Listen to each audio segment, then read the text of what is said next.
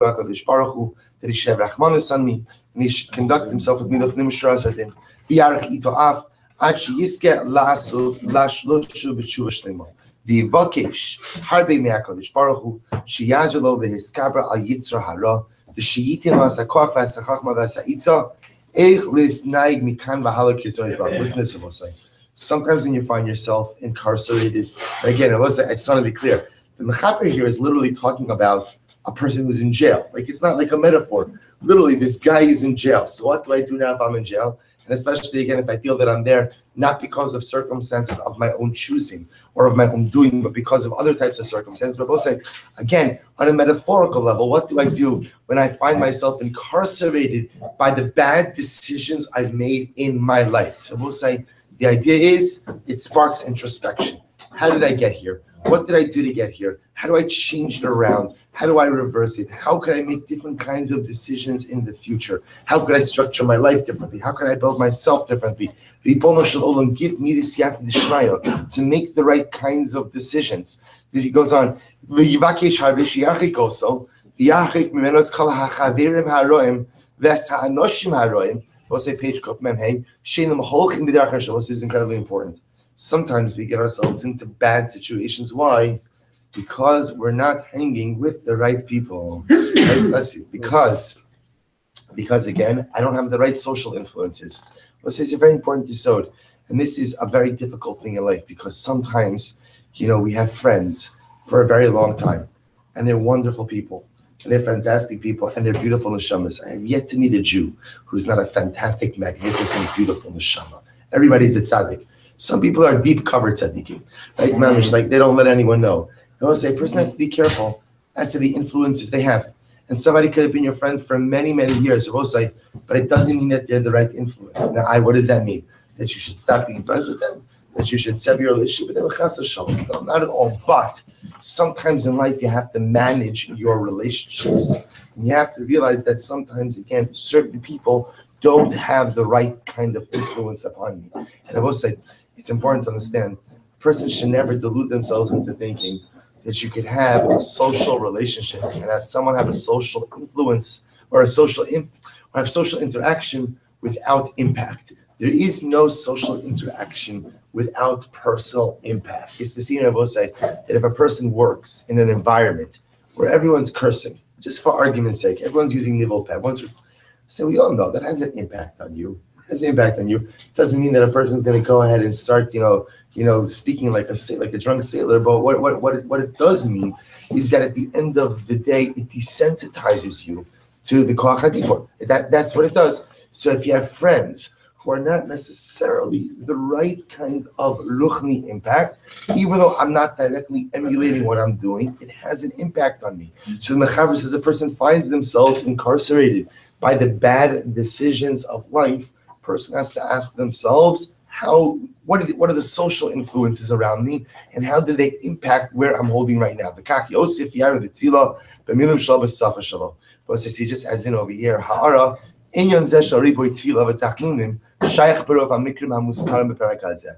We'll say, just the Mechaber says, I haven't spoken a lot about davening to HaKadosh Baruch Hu, but it goes without saying that tefillah is a necessary piece of, we'll say, in any difficult life circumstance.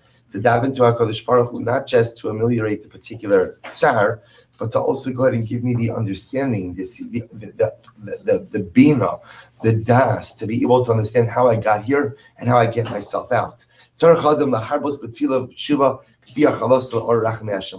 stop over here for today, but just understand, I think this is exceptionally profound. So the Mechaber says again, if I find myself in jail, whether it's chas v'shalom, literal jail, or hopefully the more halacha l'maisa application, metaphorical jail, I find myself incarcerated by the realities of the negative decisions I have made.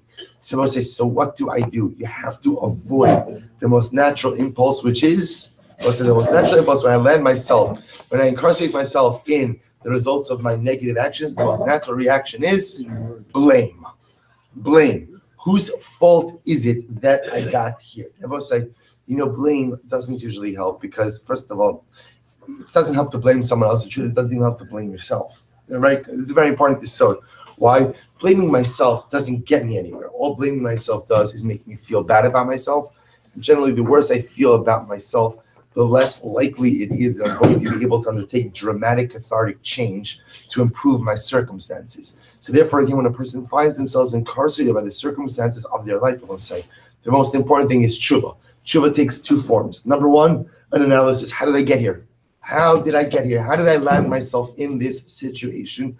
What are the circumstances that led me here? And what do I need to do in order to ensure that I don't get back here again? And number two, to ask myself on a ruchni level, how did I compromise myself that allowed myself ultimately again to sink to this particular level? And what type of tshuva do I need to do in order to be able to fix, to repair, and ultimately uplift myself? Right, so we'll stop over here.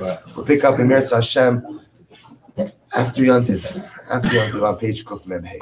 You should go, yeah.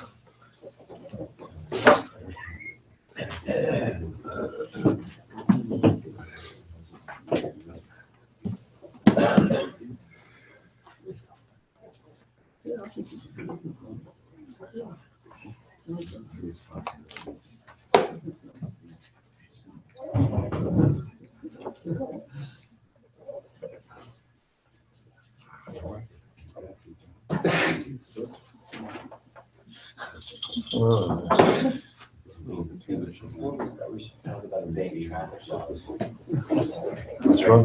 For all of them downfield, just want to get the sheer with day traffic laws. I'm sorry. If you could deal with this. All right, can you? I wanted to get here first. I got it. He was not happy. He's a shtickle so easy.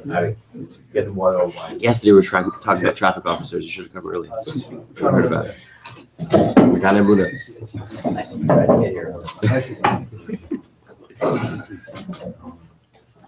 All right, Jabbo, say good morning. Our shir this morning is dedicated by Mr. Samuel in memory of his beloved wife Esther Bas Rabbi Shmuel Silber Cohen. Zichron Levrach. We hope that in the merit of our Talmud Torah, B'Shem will have an aliyah. By Yudit and Adam Ben Zev, and I of the Mishpacha and Miki Hila. So let's go weiter. Today's daf is pay. We have a beautiful, beautiful daf ahead of us. So we left off yesterday on Ayin Tes Amud Beis 79b. So remember again, we left off Reish Lakish Amar 2, 4, 6, 7 lines up and bottom. So just to reorient ourselves a little bit, we're focusing on the first line of the Mishnah.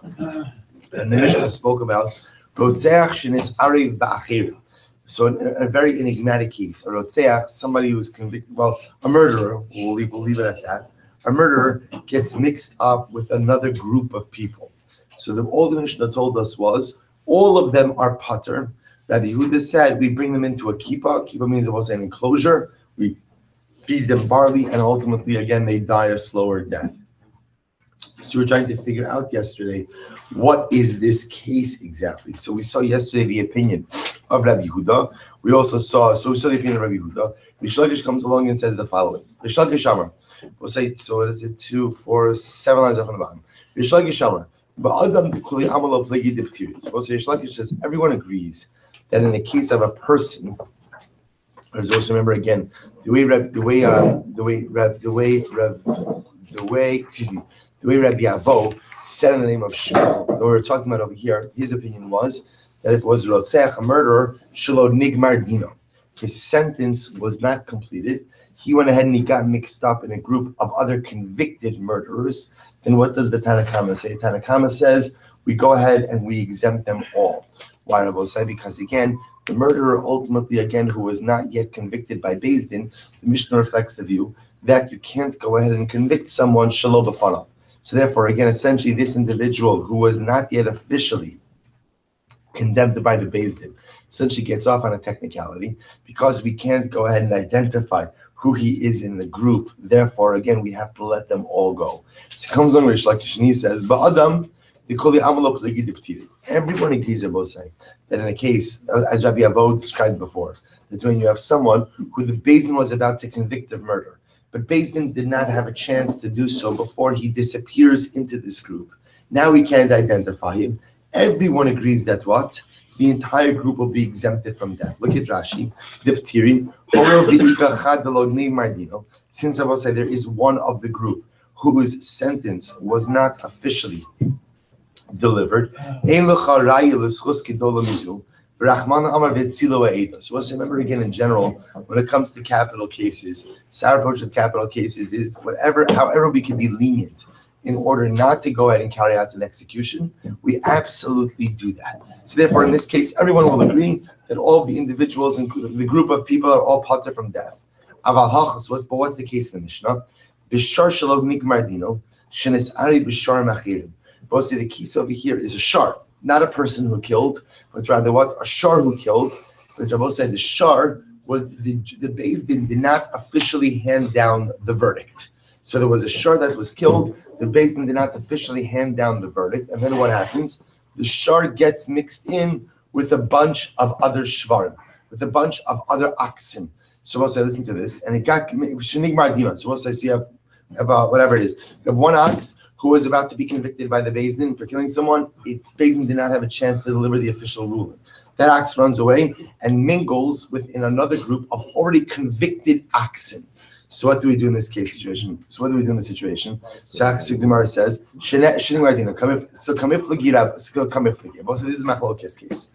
Rabbanan savri k'misas bailam k'misas ashar. So the Rabbanan hold say that the shar's process resembles its owner's process. So literally again, like the death of the owner is the death of the shar. Then gomrim dino shal shar ela b'fanav. And I will say, just like with a human being, you can't go ahead and deliver the verdict without the defendant present. So to again, I will say by the shar, you can't go ahead and deliver the verdict for the shar without what? Without the shar being present. Therefore, I will say in this case, the shar is not going to be present. What else? The shar also mixed itself in with this other group of oxen. Therefore, what? Therefore, they're all pater. So in this case, again, all of the shvarim, all of the oxen will be pater. That Yehuda holds no, konsil oselakipa. Not true. You go ahead and you take the entire group of oxen. You go ahead and saying what you bring them into an enclosure, and essentially they start to death. So we'll say now, by the way, when you understand that according to this approach, the Mishnah is not talking about people, but it's talking about oxen. So it reads a lot better. So now, ultimately, again, according to Rabbi Yehuda, you take. Although again, Rabbi Yehuda could have also been speaking about a group of murderers, meaning. But at the end of the day, now we're taking a group of oxen, right? All of whom, except for one, have already been convicted of killing. One who has not had the Gemara din in front of the Beis Din. We bring them into the kippah. We let them die a slow death. So the Gemara Rava says the following: So we'll say that's the case. Now, if what's the case? If either Reish Lakish's approach or Shmuel's approach is the right one, meaning if you're correct, then Ihachi Hainu Diktoni Allah Amrav Yosi Afilu Abba Chalafta Beinehem. So we'll say, here's what's strange. So there's another. Rabbi Yossi has a follow-up statement on the Mishnah. So Rabbi Yossi reads the Mishnah. Rotzeach shenis Ari B'Achirem Kulan Keturim. So Rotzeach, a murderer who was mixed in with others, all of them are pater. So Rabbi Yossi comments on this, and Rabbi Yossi says, even if one of the group was Abba Chalafta, still they're all patur.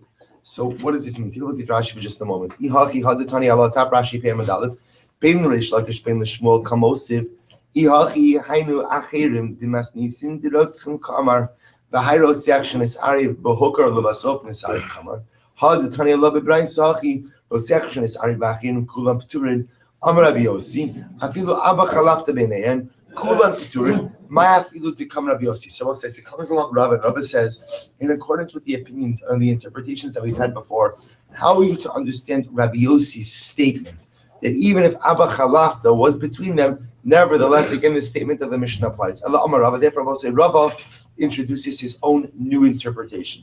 What is Rav's interpretation? Rav say, get ready for this. Hachi Kamar. This is what it means to say. Achi kamar. Shnayim shayu omdim. It's a very interesting case. Two people are standing around. And an arrow emerges from between them. So we'll say, what is it saying over here? Reuven and Shimon are standing together. Right? Suddenly from between them an arrow is shot. What don't we know? Who shot it? Right? V'harag. And we'll say the arrow killed someone. So what's the halacha? Shnei peturim. ultimately, and we'll say both of them are going to be pater. So what's the pshat? So we'll say, look at Rashi just a moment. Amar Rava, b'shlohuk lebeizin ka'amar kigon shtayim omdim yatzacheiz me'ayim ben yodin e ze mehen zarku shnei peturin. So we'll say, listen to this. So therefore, we don't know who shot the arrow. So pause there for just for a second in Rashi. So now comes along v'amar Rabbi Yossi afilu abba chalafta beinehen. We'll say, so where does Rabbi Yossi come along? Where does Rabbi Yossi Mosif? Rabbi Yossi says, even if one of the two guys was Abba Chalafta, who was Abba Chalafta? We don't need to know his background. What we do know is, was a tzaddik. So what is Rabbi Yossi saying? You have two guys, and one of them was known as a tzaddik. So we'll say, what would be the tempting conclusion to reach? That it was the other guy. See, even if one of the two members was known to be an upstanding, righteous individual, you cannot pin the act on the other individual. You cannot go ahead and make the assumption that it was the other guy who fired the arrow. Now go back to Rashi for just a moment. Rabbi Yosef,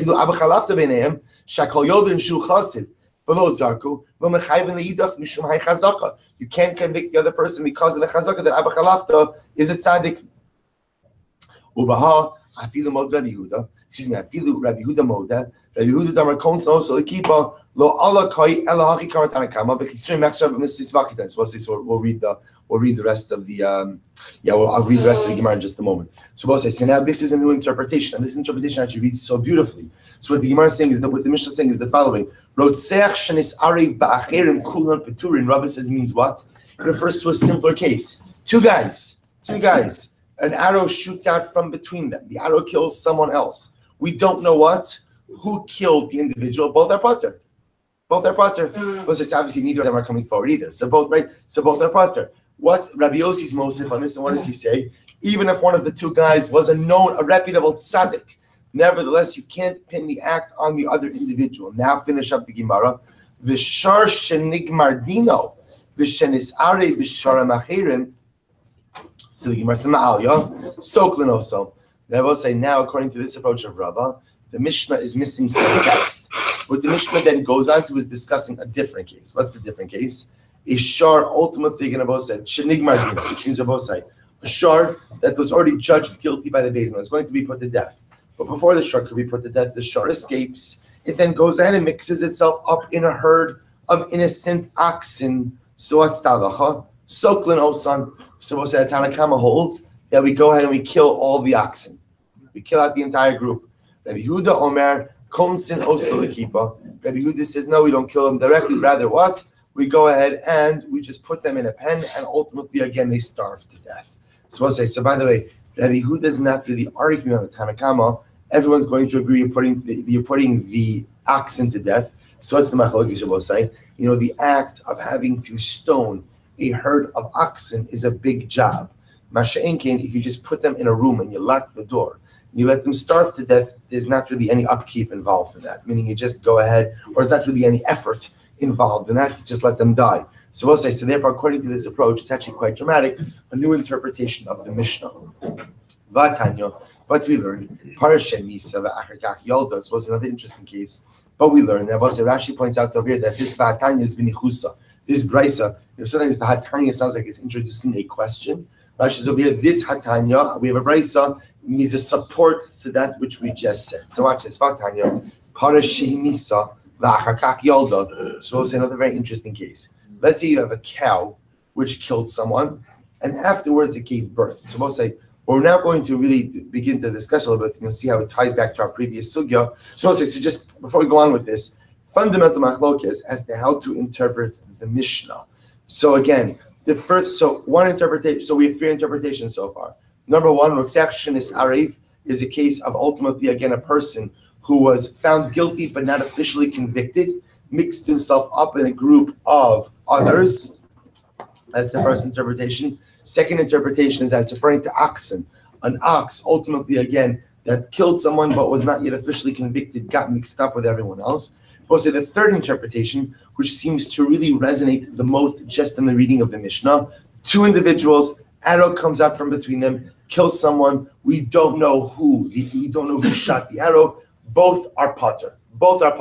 However, if you have a case of a shor that killed someone that got mixed up with another group of innocent shvarim, innocent oxen, So what do? We'll say you kill the entire group. What's the only machlokas? How you kill them. Do you kill them with skila, or do you ultimately just starve them? So we'll say, so fine. So now, operating on this last approach, Vatanya, if you have a para ultimately, again, that killed someone, a cow that killed someone, and afterwards gave birth. So we'll say, what's the shaila? The shaila is, what's the status of the vlad? Because again, remember, we know, what are we going to do with the mother? What are we going to do with the mother? We're going to kill it. So we'll say, the shaila is, what's the status of the vlad? Im achlo nigmar dina yolda. So we'll say, if the verdict has not yet been officially delivered, and the cow gave birth. So if the cow gave birth before the official verdict, then vlada mutter. Then ultimately what? The offspring is mutter. Im nigmar dina. However, again, if at the end of the day, once the verdict was reached, it gave birth, vlada aser. So we'll say, because again, after the verdict already, ultimately, again, the vlad will be aser. If you look at Rashi, for just a moment, Rashi says vlada aser. We'll say it's about 5 lines up before Rashi gets wide. Vlada aser.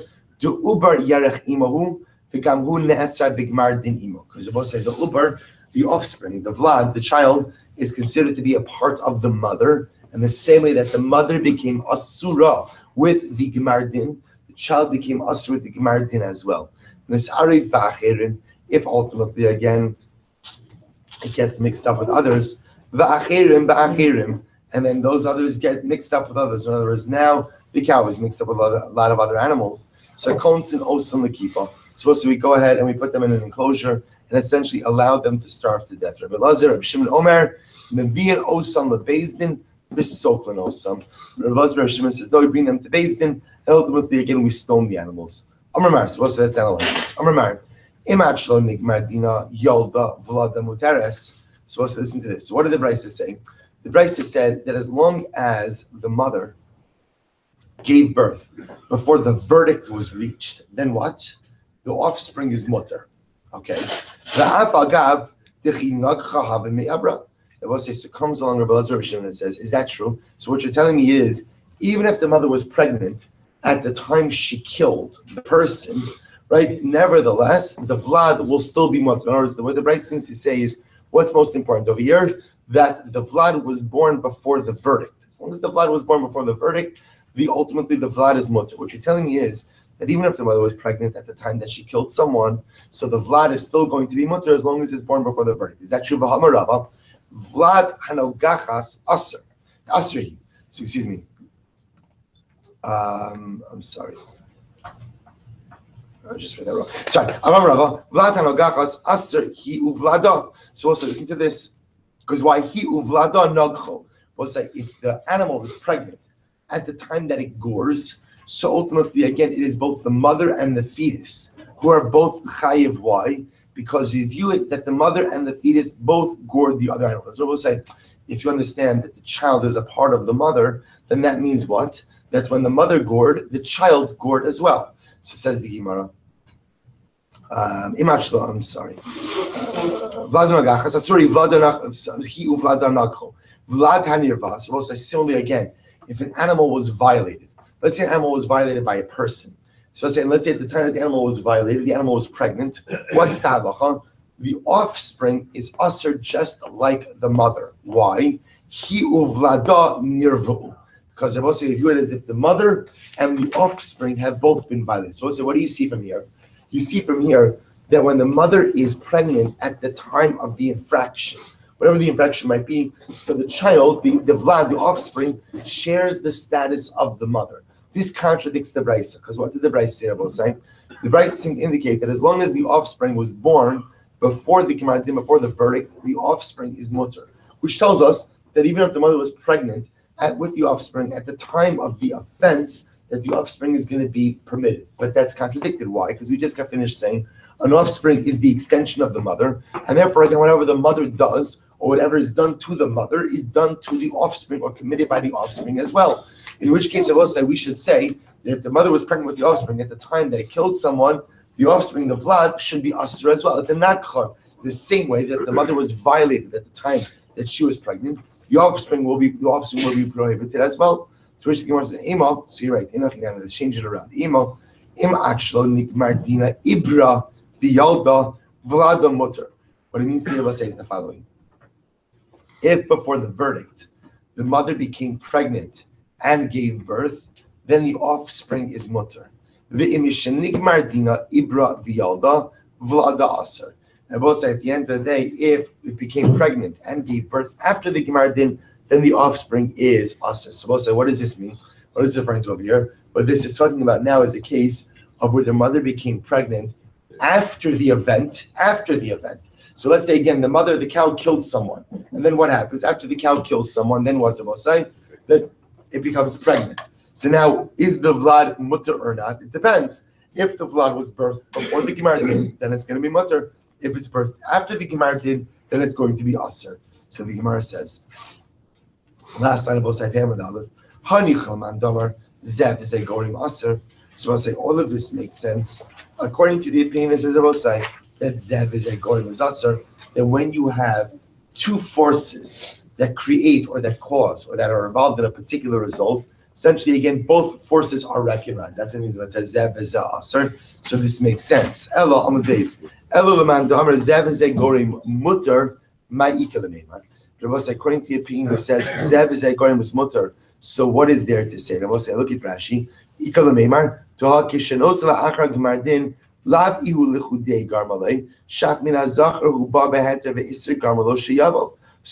if you hold Zev is a gorim mutter, what is there to say?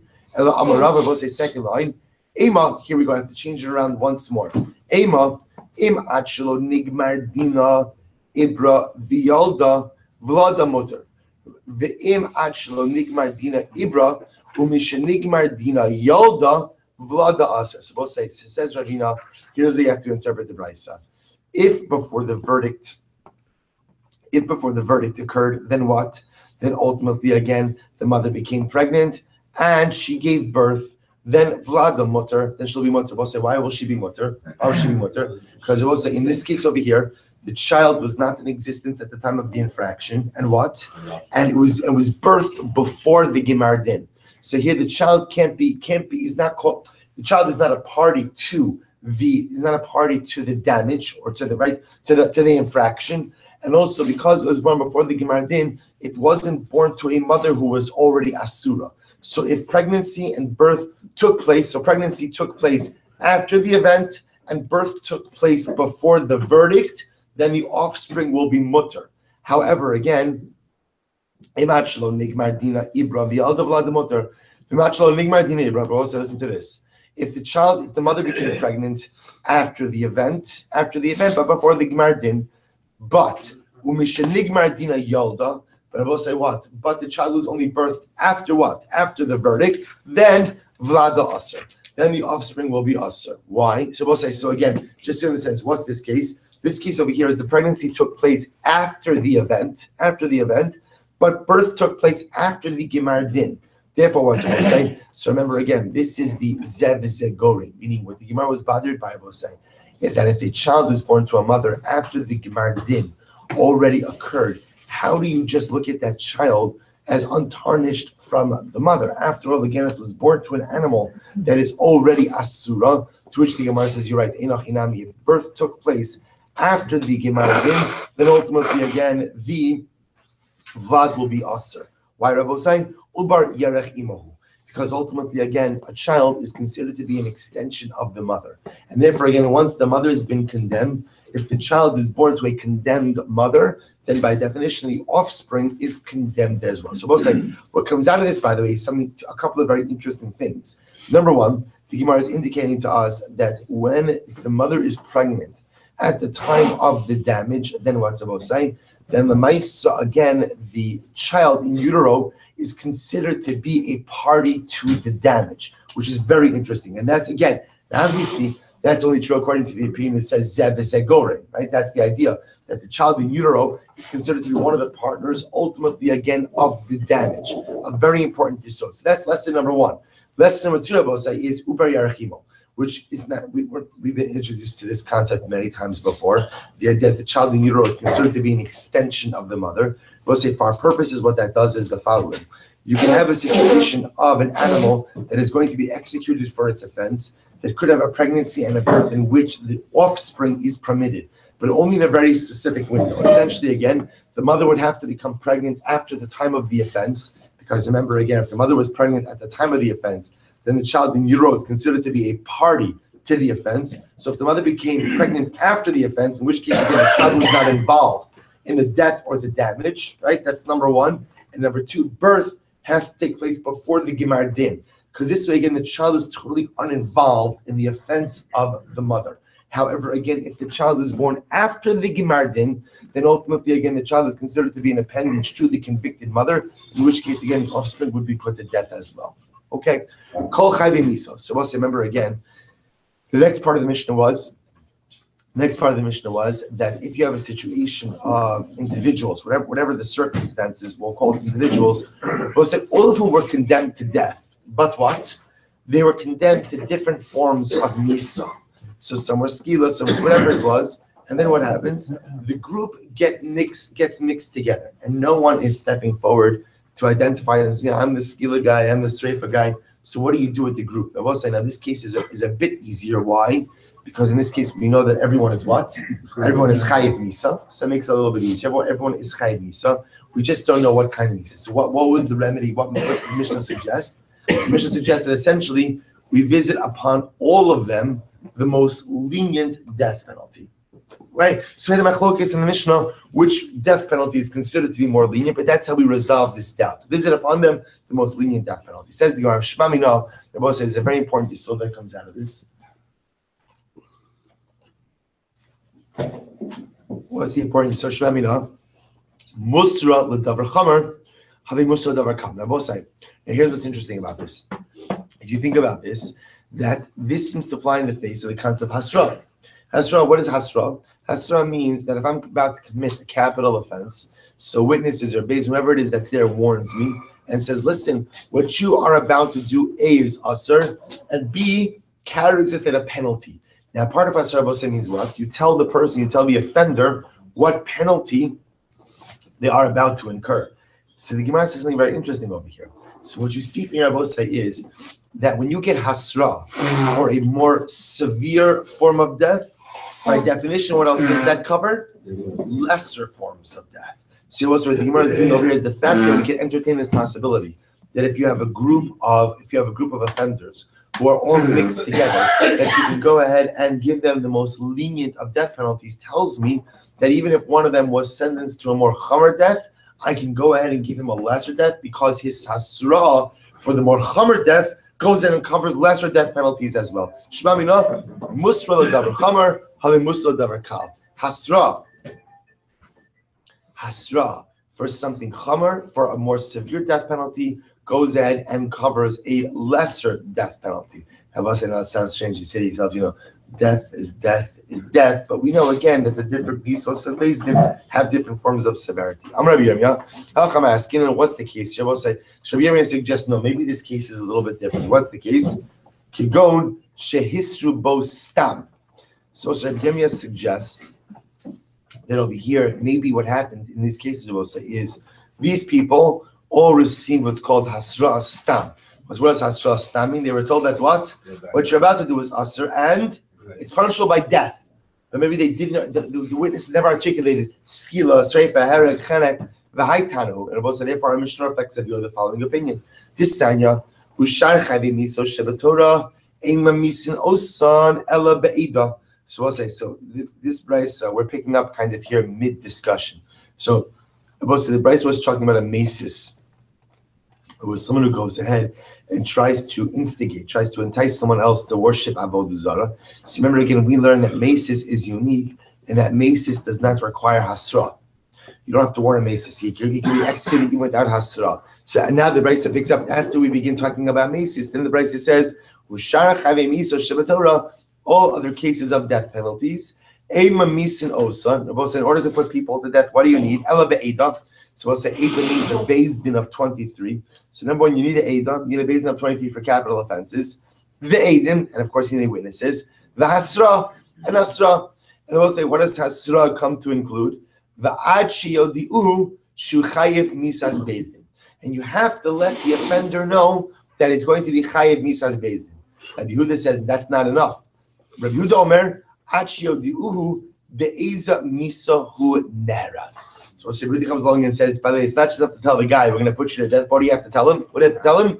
What type of misa is going to be visited on us. So we'll say what we have over here is the fundamental machlokes in Yehuda and the Tanna Kama about the nature of hasra. Tanna Kama holds that when someone is going to go ahead and be put to death, it's enough to simply tell them that you will be executed for this offense. You need not share with them which type of execution. Rabbi Yehuda says no. Hasra means not telling them to be executed, but letting them know which form of execution they are going to be subject to. Tanak will say, so where does this machlokes emanate from? So the Gemara says, so we'll say, so before we go on, the reason I'm bringing this up is because the Gemara is suggesting over here that maybe our Mishnah reflects the view of Rabbi Yehuda. Because also, what did our Mishnah say? Our Mishnah said, you have a group of individuals, all of whom are sentenced to death, but have different forms of misa, and they're all together. So what do we do? We execute them with the most lenient form of death, whatever that may be. So let's say, so the Gemara says, so what's the case over here? Meaning, so the Gemara wanted to suggest that you see from here that if you get hasra for something more chomer, it works for something even more kal. Then the Gemara suggests, well, maybe not. Maybe the case over here, we'll say, is where all of these individuals just got hasra stam. They got hasra, they were going to be killed, but were never told what type of death. And this Mishnah would therefore reflect the view for us, reflect the view of the Tanna Kama. So the Gemara says now the Gemara is going to get into this machlokes. Where do we get this? From Tanna Kama Yolef Mekoshish. So we'll say Tanna Kama learns this out from Mekoshish. Remember again, the Mekoshish was the individual who was cutting down wood and gathering wood on Shabbos. So remember again, when they found him, they did not go ahead and give him hasra and tell him how he was going to be executed. But say, why did they tell him how he was going to be executed? Because they didn't know. But yet they must have told him that what? You will be executed. So you see from here that what? Even a hasra stam, even telling someone they're going to be executed without what? Telling them what type of execution is enough ultimately again to execute someone. That's the Tanna Kama. Rabbi Yehuda Omer, Mekoshe Shora Ashai. So Yehuda says no, the Mekoshe Shavosai was an exception to the rule. Look at Rashi, just almost right across. Hora Ashai Vapia Dibor Mechayev, Velo Gaminon Mina Ledoros. However, Nafkalan Hasra Miyumas Mace, Shiata Atzolamisa Osamisa Asha. So the Rabbi Yehuda says Mekoshe was an exception. Mekoshe, God himself gets involved. And I will say this was the first act of public Chil Shabbos.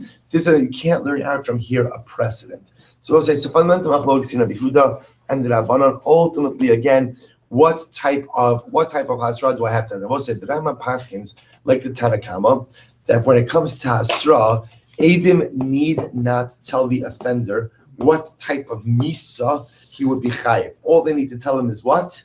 That this is a capital offense. That this offense, if you do this, is punishable by death. They don't have to know what type of misa. Okay.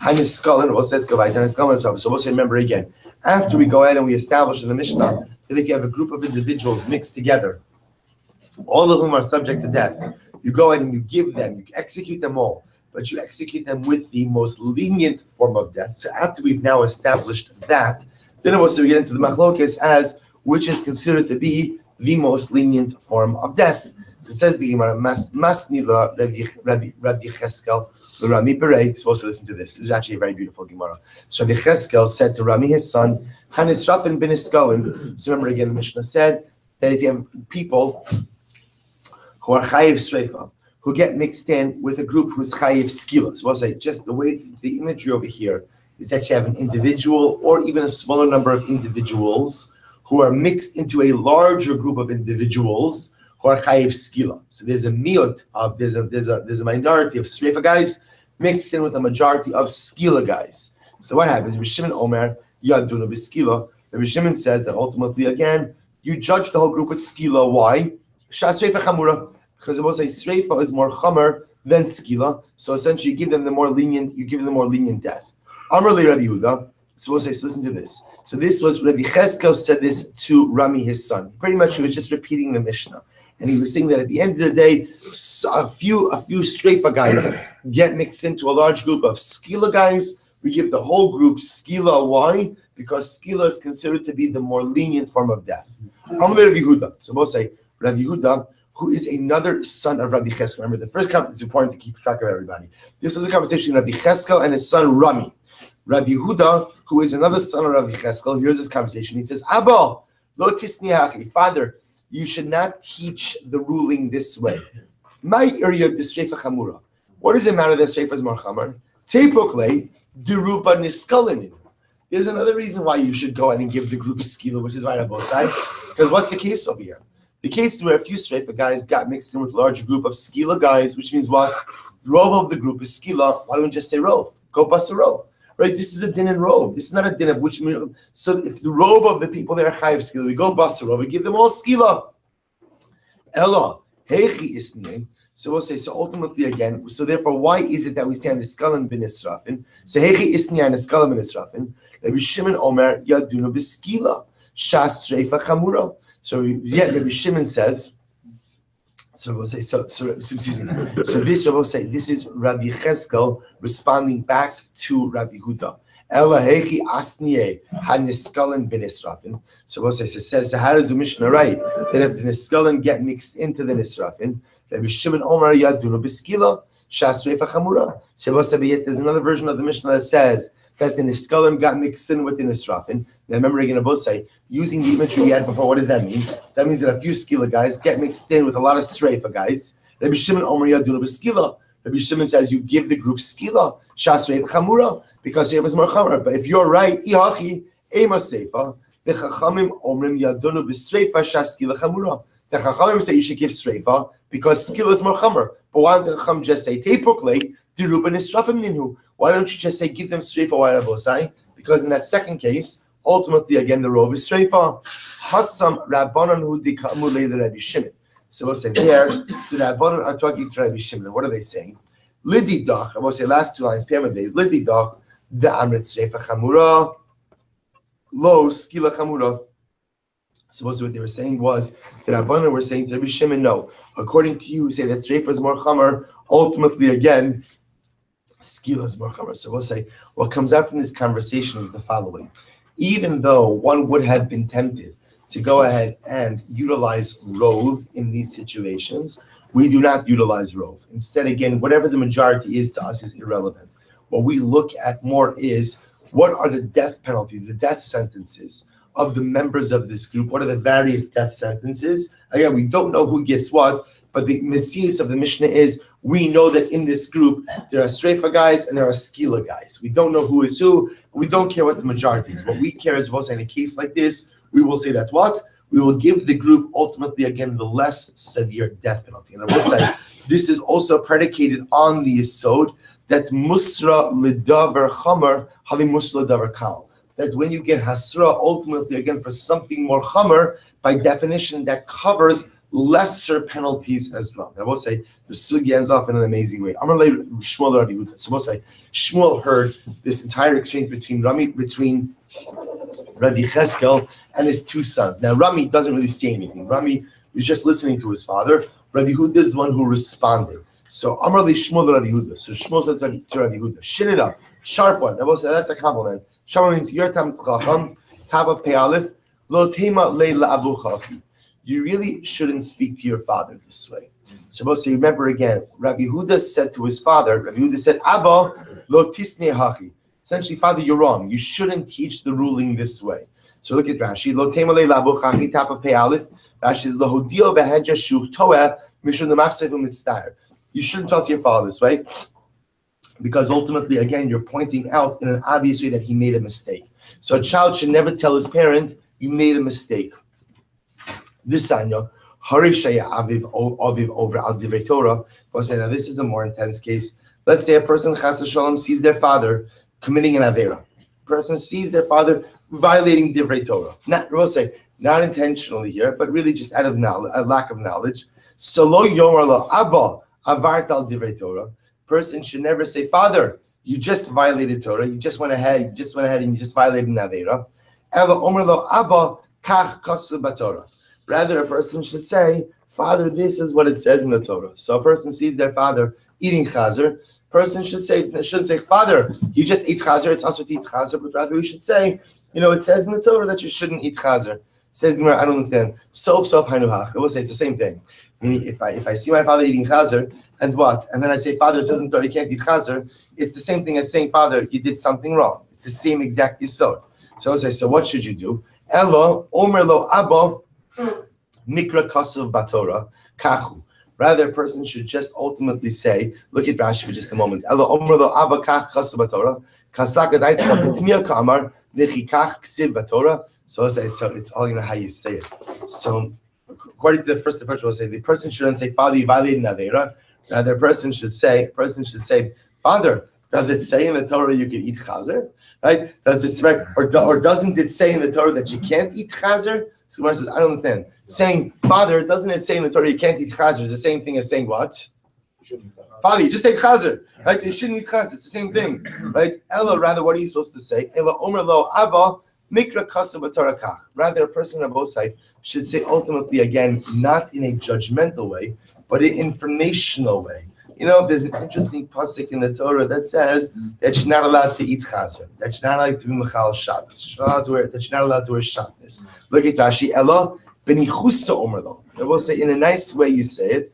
Mikra omer b'Torah, v'omer lo. You will say, here's the script. Omer lo, Avi, mikra kach v'kach kasav b'Torah. Father, you know, I came across such an interesting pasuk in the Torah, and all I give is what? I give information. So we'll say there are two things over here. Number one, there's not a judgment. Number two, it's how you say it, right? There's not the I can't believe you did this. There's not I can't believe you acted like this. There's a pasuk that says this, but benichusa. Father, I learned an interesting pasuk in the Torah, and the pasuk says A, B, and C. We'll say which is an incredible. So first of all, Gemara is teaching us an incredible yisod in kibud aveim. How careful we have to be, even if we see our parents doing something wrong.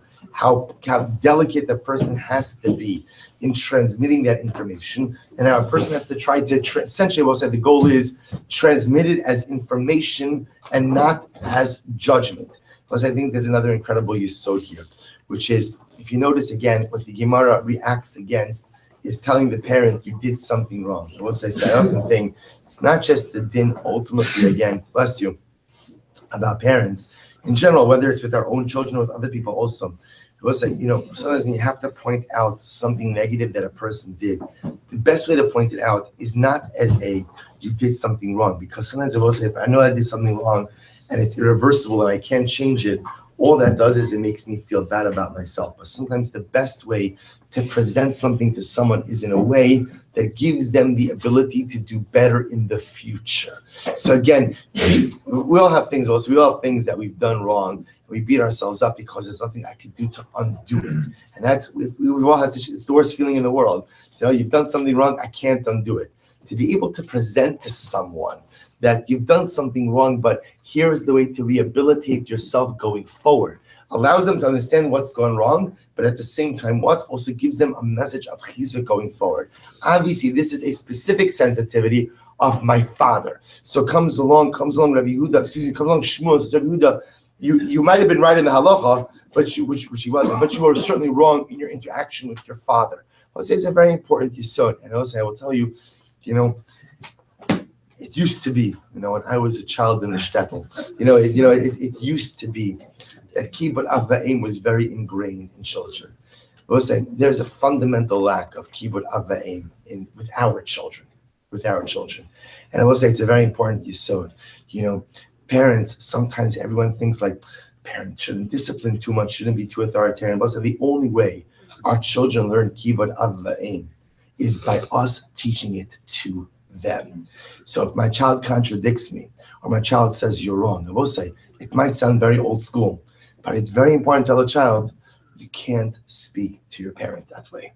A child should never contradict a parent. A child, at least not a child could say I don't understand something, but a child should never chas v'shalom contradict the parent. A child could. There are plenty of ways to have differences of opinion. There are plenty of ways to say ultimately. Again, I think Abba mikra kasa. Father, I just learned such a beautiful pasuk. That says something different. There are plenty of ways to say because understand what when we teach our children kibbut av va'em, what we're teaching them ultimately is a respect for authority. If there's no respect for parental authority, it's hard for children to cultivate a general respect for authority. And we know that if you don't have a respect for authority in life, you get yourself into a lot of trouble and cause yourself a lot of unnecessary heartache. So there's yesod. If I see my father doing something wrong, of course, I don't want him to live his life doing something wrong. But at the same time, I, as a child, have to balance the sensitivity and the need for respect and the need to preserve his authority at the same time. So we'll stop over here.